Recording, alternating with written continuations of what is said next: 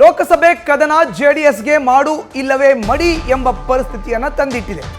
3 ಕ್ಷೇತ್ರ ಗೆಲ್ಲಲು ದಳಪತಿಗಳಿಗೆ ಸಾಲು ಸಾಲು ಸವಾಲು ಎದುರಾಗ್ತಾ ಇದೆ. ಪಟ್ಟು ಹಿಡಿದು 3 ಕ್ಷೇತ್ರಗಳನ್ನು ಪಡೆದುಕೊಂಡಿದ್ದಾರೆ ಜೆಡಿಎಸ್ನ ನಾಯಕರುಗಳು. ಬಿಜೆಪಿ ಜೆಡಿಎಸ್ ಮೈತ್ರಿಯಾಗಿದೆ. ರಾಜ್ಯದ 28 ಲೋಕಸಭಾ ಕ್ಷೇತ್ರದ ಪೈಕಿ 25ರಲ್ಲಿ ಬಿಜೆಪಿ ಅಭ್ಯರ್ಥಿಗಳು ಕಣಕ್ಕಿಳಿದ್ರೆ 3 ಕ್ಷೇತ್ರದಲ್ಲಿ ಜೆಡಿಎಸ್ ಅಭ್ಯರ್ಥಿಗಳು ಕಣಕ್ಕಿಳಿದಿದ್ದಾರೆ. ತಮ್ಮ ಅಸ್ತಿತ್ವವನ್ನು ಉಳಿಸಿಕೊಳ್ಳೋಕೆ 3 ಕ್ಷೇತ್ರಗಳನ್ನು ಗೆಲ್ಲಲೇಬೇಕು. ರಾಜ್ಯದಲ್ಲಿ ಕಾಂಗ್ರೆಸ್ ಸರ್ಕಾರಕ್ಕೆ ಸೆಡ್ಡು ಹೊಡೆಯಬೇಕಾಗಿದೆ ದಳ. ಇದು ಅಲ್ಲಿನ ಪರಿಸ್ಥಿತಿ. ಲೋಕಸಭಾ ಕ್ಷೇತ್ರದ ಚುನಾವಣಾ ಕದನದಲ್ಲಿ ಮಾಡು ಇಲ್ಲವೇ ಮಡಿ ಪರಿಸ್ಥಿತಿ ನಿರ್ಮಾಣ ಆಗಿದೆ ಜೆಡಿಎಸ್ಗೆ. ಹೆಚ್ಚಿನ ಮಾಹಿತಿಯನ್ನು ನೀಡ್ತಾರೆ ನಮ್ಮ ಪ್ರತಿನಿಧಿ ಮಂಜುನಾಥ್. ಈಗ ನೇರ ಸಂಪರ್ಕಕ್ಕೆ ಜಾಯಿನ್ ಆಗಿದ್ದಾರೆ. ಮಂಜುನಾಥ್, 3 ಕ್ಷೇತ್ರಗಳಲ್ಲಿ ಜೆಡಿಎಸ್ನ ಅಭ್ಯರ್ಥಿಗಳು ಕಣಕ್ಕೆ ಇಳಿದಿದ್ದಾರೆ. ಮಾಡು ಇಲ್ಲವೇ ಮಡಿ ಪರಿಸ್ಥಿತಿ, ಆಕ್ಚುಯಲ್ ಆಗಿ ಸಾಲು ಸಾಲು ಕಾರಣಗಳು ಅಂತ ಬೇರೆ ಹೇಳ್ತಾ ಇದ್ದೀರಿ. ಹಾಗಾದ್ರೆ ಅಖಾಡದಲ್ಲಿ ಇರೋ ಅಂತ ಆ ಸಾಲು ಸಾಲು ಕಾರಣಗಳ ಬಗ್ಗೆ ವಿಶ್ಲೇಷಣೆ ನೀಡೋದಾದ್ರೆ ಮಂಜುನಾಥ್. ಮಧುಸೂದನ್, 2024ರ ಲೋಕಸಭಾ ಚುನಾವಣೆ ಜೆಡಿಎಸ್ ಪಾಲಿಗೆ ಸಾಕಷ್ಟು ಚಾಲೆಂಜ್ ಆಗಿರುವಂಥದ್ದು. ಮಾಡು ಅಥವಾ ಮಡಿ ಅನ್ನೋ ಒಂದು ಪರಿಸ್ಥಿತಿಗೆ ಈಗ ದಳಪತಿಗಳು ಬಂದಿರುವಂಥದ್ದು.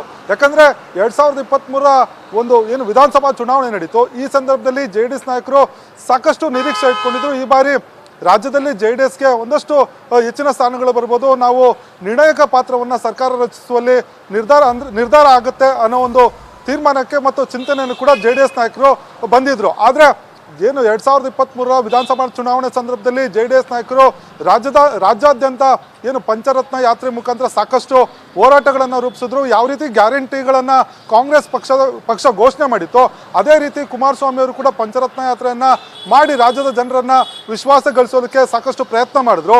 ಆದರೆ ಜನರು ಜೆಡಿಎಸ್ ಅನ್ನ ಕೈ ಹಿಡಿಲಿಲ್ಲ.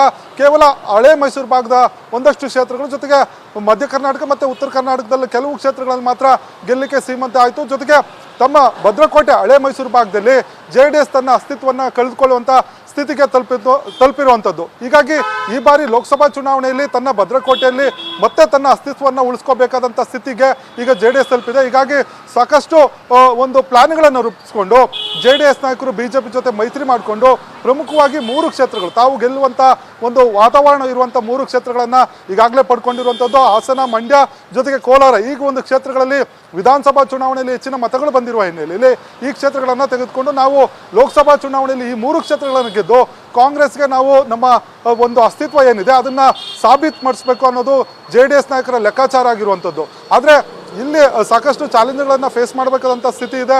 ಯಾಕಂದರೆ ಮತದಾರರು ಮತ್ತು ಜನರನ್ನ ಜೆಡಿಎಸ್ ಪಕ್ಷದ ಸಿಂಬಲ್ಗೆ ಮತವನ್ನು ಸೆಳೀಲಿಕ್ಕೆ ಒಂದು ಜೆಡಿಎಸ್ಗೆ ಸದ್ಯಕ್ಕೆ ಯಾವುದೇ ರೀತಿಯ ಒಂದು ಪ್ರಬಲ ಅಸ್ತ್ರಗಳಿಲ್ಲ. ಯಾಕಂದರೆ ದೇವೇಗೌಡರ ಕಾಲದ ಒಂದಷ್ಟು ಯೋಜನೆಗಳಾಗಿರ್ಬೋದು, ನಂತರ ಕುಮಾರಸ್ವಾಮಿ ಸರ್ಕಾರದಲ್ಲಿ ಜನತಾ ದರ್ಶನ ಆಗಿರ್ಬೋದು, ಜೊತೆಗೆ ಕುಮಾರಸ್ವಾಮಿ ಅವರೇ ತಾವು ಮುಖ್ಯಮಂತ್ರಿ ಆಗಿದ್ದಂಥ 2018ರ ಸಂದರ್ಭದಲ್ಲಿ ರೈತರ ಸಾಲ ಮನ್ನಾ ಒಂದು ವಿಚಾರಗಳನ್ನು ಬಿಟ್ಟರೆ ಬೇರೆ ಯಾವ ವಿಚಾರಗಳನ್ನು ಕೂಡ ಜನರ ಬಳಿಗೆ ತೆಗೆದುಕೊಳ್ಳೋಗೋದಕ್ಕೆ ಯಾವುದೇ ಅಂಶಗಳಿಲ್ಲ. ಹೀಗಾಗಿ ಜನರನ್ನ ಯಾವ ರೀತಿ ಸೆಳಿಬೇಕು ಅನ್ನೋದು ಕೂಡ ಸಾಕಷ್ಟು ಒಂದು ಚಾಲೆಂಜ್ಗಳನ್ನು ಜೆಡಿಎಸ್ ಪಕ್ಷ ಇಲ್ಲಿ ಫೇಸ್ ಮಾಡ್ತಾ ಇದೆ.